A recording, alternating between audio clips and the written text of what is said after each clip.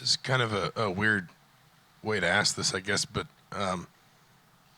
you've never really prepped for a postseason game, have you? Between the injury and the portal and everything, just what's different when you have a little more time?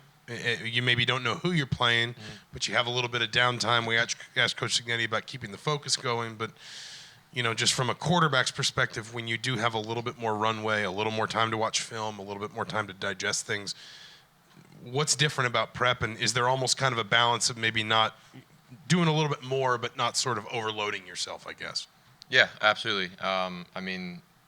Last week was a good kind of decompress week and kind of look over the season and the highs and the lows and where I can get better individually and then as a team and then also kind of just wanted to stay in the rhythm as well. I mean, we practiced 3 times last week and I wanted to take every single rep and I wanted to make sure that I stay in the rhythm of playing a game against the speed and not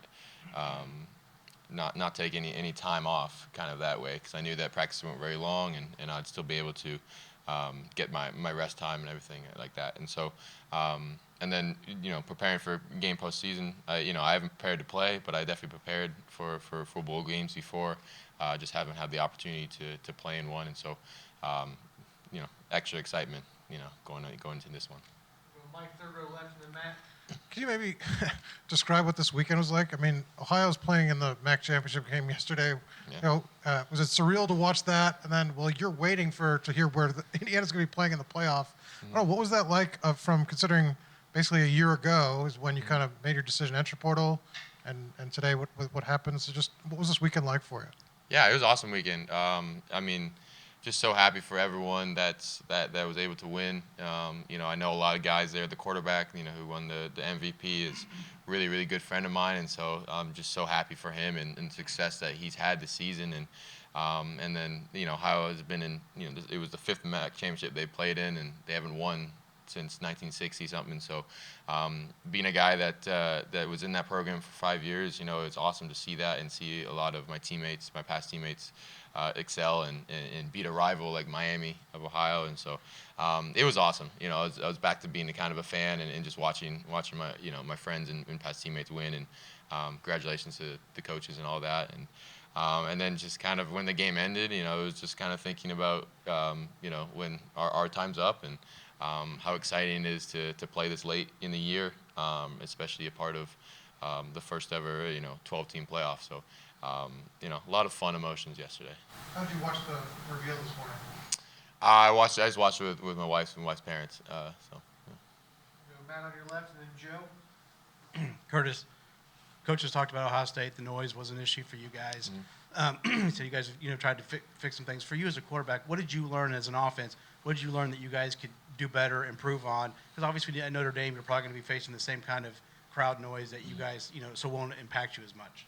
Yeah, it was definitely a disappointing loss. I felt like we didn't play to our standards in that game, but it was also a really important game for us to a learning opportunity, just how to deal and how to win those big games. Something that watching and digesting the game afterwards, knowing that how well we have to play and we have to minimize our mistakes and be able to handle the environment, and that's what it'll take to win these big games. And so even though it was a tough loss, I think it was really important for us to have a game like that to be tested in knowing what it takes to win games, because this is obviously a win or go home kind of playoff setup, and so we're gonna have to make sure that we come with our best effort and knowing that it's gonna be a hostile environment, and now we know how to handle it. Joe on your right, and then Dennis. Yeah, Curtis, it seems like the majority of the season it's been chip on the shoulder, whether it was 17th picked in the preseason poll to all the national outside noise. How do you walk that fine line of maybe using it as extra motivation but not giving in to the rat poison? Yeah, it's like you said, it's just extra motivation. I think what's so great about our team and starts with Coach Signetti, is that we've had to prove, a lot of us have had to prove that we belong in wherever we are, and so it just fuels us in knowing that we're counted out and we're the underdog and we always will be, at least for this year, and so that we just go in and we can play freely, knowing that we're capable of competing with anybody, and so it just fuels the fire for sure. Go Dennis far left and then Griffin. Kurtis, everybody it seems has an opinion, something related to Notre Dame, knows someone who went there. What went through your mind when you saw Notre Dame pop up on the bracket? And just a place I haven't played before, so just kind of looking forward to the opportunity. Was excited to play whoever we were going to, but just know that it's going to be Notre Dame's a historic place, and so that's kind of all I knew. I actually don't know anyone that went to Notre Dame, so maybe that'll be a first. But they're a historic team. They've had great teams in the past, and they're a good team this year. And so just knowing that, but also knowing that we're also a pretty good team as well. Griffin, third row on your left. And then Kurt. Todd. Kurtis, for you guys, this team has talked on and on all year long about changing the culture of Indiana football, changing the way it feels, changing the winning attitude. Do you feel like punching that ticket to the playoff does that, or does this journey kind of start now? Yeah, I think it's a little bit of both. I mean, we've had that chip on our shoulder all year, and that regular season was something that we're very prideful of, and knowing that we were able to go out and achieve pretty much every goal that we set. But then kind of resetting after the regular season, after Purdue, and knowing that it's a new season starts, and we got to be on our A game. We got to take everything that we learned through the regular season and apply it to this game, because it's a one or done kind of thing. Go Todd and then Zach B. Kurtis, Coach Sinceri, of course, is moving on as soon as whenever you guys are done.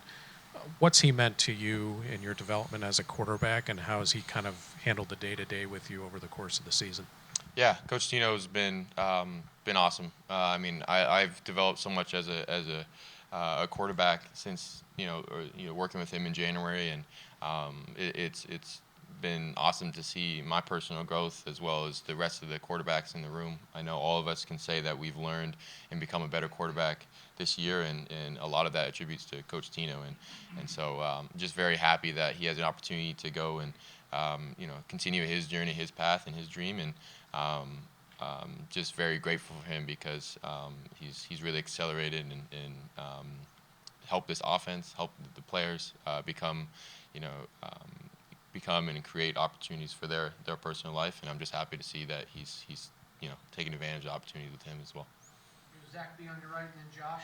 You talked about the hostile road environment. I know against Ohio State you guys had to go to the silent count. How confident are you guys in going to that silent count if you guys have to in South Bend?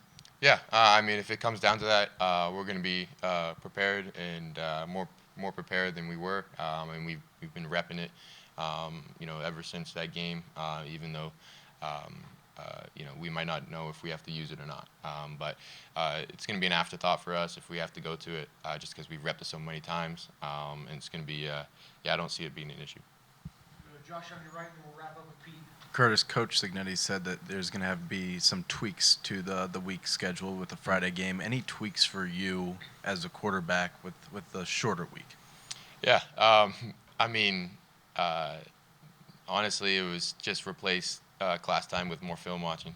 We don't have class this week, so and next week really. So just be worrying about watching more film, seeing what Notre Dame does, and be able to see some points where we can attack them, and just learn as much as I can about them.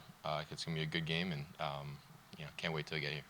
Last one will be Pete, second row on your left. Yeah, Kurtis, this is sort of a follow-up to that. How many games back do you anticipate looking at in terms of Notre Dame game film the whole season, and what is it that you look for in particular? Yeah, I mean, it'll be good to watch every game that they have.